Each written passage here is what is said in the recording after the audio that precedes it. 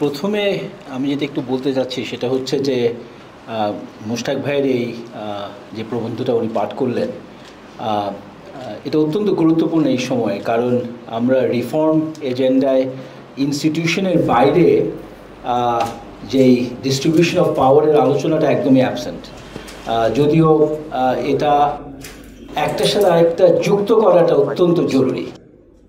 তো মুশতাক ভাই distribution of power নিয়ে অনেকগুলো কথা বললেন। আমার মনে হয় ইনস্টিটিউশনাল রিফর্মের সাথে ডিস্ট্রিবিউশন অফ পাওয়ারের এজেন্ডাকে কিভাবে আমরা যুক্ত করতে পারি, এটাই হচ্ছে আসলে মূল ইনসেন্টিভের জায়গা।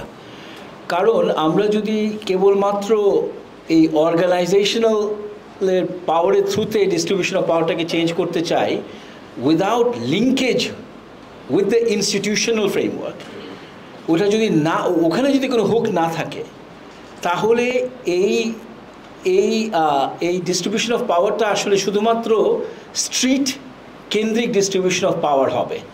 সেটারও অত্যন্ত জরুরি এবং সেই জায়গায় আমি একটু পরে আসছি। কিন্তু এটাকে এইসব পাওয়ার মেকানিজমের সাথে যেই ধরনের ইনস্টিটিউশনাল রিফর্ম করা হচ্ছে সেটার এক ধরনের সংযুক্তি থাকতে হবে।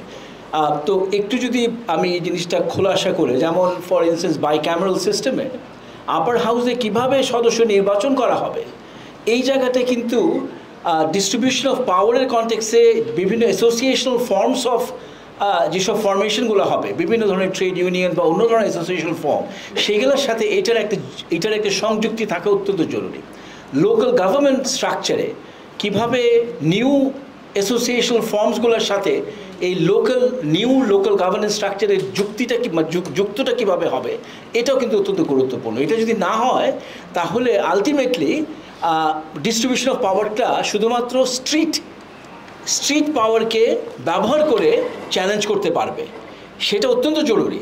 কিন্তু পাশাপাশি যেটা দরকার, এটাকে কনসিকুয়েন্সিয়াল করার জন্য এবং ট্রুলি কাউন্টারভেইলিং করার জন্য এটার সাথে যেটা কানেক্ট করা দরকার সেটা হচ্ছে ইনস্টিটিউশনাল স্ট্রাকচার, যেখানে রিফর্ম এজেন্ডা কাজ করছে। সুতরাং আমি এই দুই জিনিসটাকে একটা আরেকটার পরিপূরক হিসাবে দেখি এবং এই জায়গাটাতে আমাদের আরও চিন্তা করা দরকার যে কীভাবে আমরা ইনস্টিটিউশনাল রিফর্ম এজেন্ডার ভিতরে we create hooks, appropriate hooks, so that the new organizational forms that we want to create, যেটা মুশতাক ভাই যেটা বলছেন, সেটার সাথে ওই হুকগুলোকে আমরা লিঙ্ক করতে পারি, so that we can get beyond only street as the space through which we are creating the countervailing. Second জিনিসটা হচ্ছে স্ট্রিট পাওয়ারটাকে সিকিউর করারও কিন্তু একটা খুবই গুরুত্বপূর্ণ জায়গা। কারণ স্ট্রিট পাওয়ারে আমি যদি আমার স্ট্রিট পাওয়ারে আমি যদি আমার ডিসেন্টটাকে এক্সপ্রেস না করতে পারি, সেখানে যদি আবার নানা ধরনের একই রকম ফর্মুলায় হামলা, মামলা এবং গুম, এই ধরনের জিনিসগুলো যদি আমরা অ্যাবসলিউটলি প্রিভেন্ট না করতে পারি, তাহলে কিন্তু স্ট্রিট পাওয়ারও এটা সাস্টেইন করবে না। সুতরাং এই স্ট্রিট পাওয়ার ইনস্টিটিউশনাল পাওয়ারের সাথে এই নিউ ফর্মস অফ অর্গানাইজেশনকে লিঙ্ক করাটা অত্যন্ত জরুরি আমার কাছে মনে হয়। আমার লাস্ট পয়েন্টটা হচ্ছে ডিজাইন। আমার মনে হয় এটা নিয়ে অলরেডি মারুফ ভাই অলরেডি বলেছেন যে আসলে আমাদের আসলে অনেক ডিজাইন ইনোভেশন দরকার, নতুন ডিজাইন থিঙ্কিং দরকার, যে এই ধরনের নিউ ফর্মস অফ অর্গানাইজেশন আমরা আসলে কীভাবে সত্যিকার অর্থে ইনক্লুসিভ করব, সত্যিকার অর্থে মার্জিনালাইজড মাইনরিটাইজড ভয়েস, এখানে তার ভয়েসটা যেন পরিপূর্ণভাবে উত্থাপন করতে পারে, সেটাকে কীভাবে আমি ফেডারেটেড করব, লোয়ার লেভেল থেকে ফেডারেট কীভাবে করব, এখানে অনেকগুলো ডিজাইনের কাজ আছে in terms of creating this collective countervailing power.